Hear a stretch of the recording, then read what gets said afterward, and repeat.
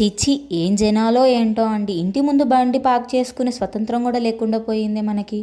చూడండి ఎలా దాని చుట్టూ తిరుక్కుంటా బండి దొంగతనం చేసి తీసుకెళ్ళిపోతుంది. ఆఖరికి నెంబర్ ప్లేట్ కూడా పీకేసుకున్నారు.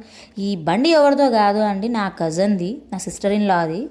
సో తను జాబ్ రాలేదు అని చెప్పి ఇంకా ట్యూషన్స్ అవి చెప్పి బండి కొనుక్కుంది. బండి కొనుక్కున్న తర్వాత తనకి రీసెంట్గానే జాబ్ వచ్చింది.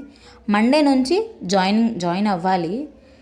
జాబ్ వచ్చిందన్న హ్యాపీనెస్ కంటే బండి పోయిందన్న బాధ చాలా తనకి ఎక్కువ ఉందన్నమాట. మన కాలనీలో పోదు అనే నమ్మకంతోనే మనం బయట పెట్టుకుంటాం. సో అది తప్పు. అసలు బండులు మీరు బయట అసలు పెట్టుకోకండి.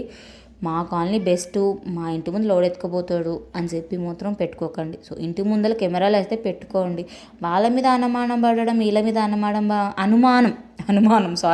అనుమానం పడడం పక్కకు పెట్టి గేట్స్ దగ్గర అయితే సీసీ కెమెరాలో పెట్టుకో. మా లైఫ్లో జరిగింది మీ లైఫ్లో కూడా జరగకూడదు అని చెప్పి నేనైతే ఈ వీడియో పోస్ట్ చేస్తున్నాను.